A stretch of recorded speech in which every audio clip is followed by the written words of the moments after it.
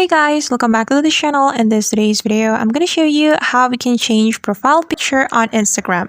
Let's get started. Here I have my Instagram opened and we're going to change the profile picture of this Instagram account. So the first thing we're going to do is click on the profile button right here. Then after that, you can click on edit profile. Just tap on it and click on edit picture right here. Then click on new profile picture since we want to change the profile picture. Alright, and you can choose the profile picture that you like from your gallery. And for example, I'm going to choose this one. Just tap on the picture and after that we can click on next right here.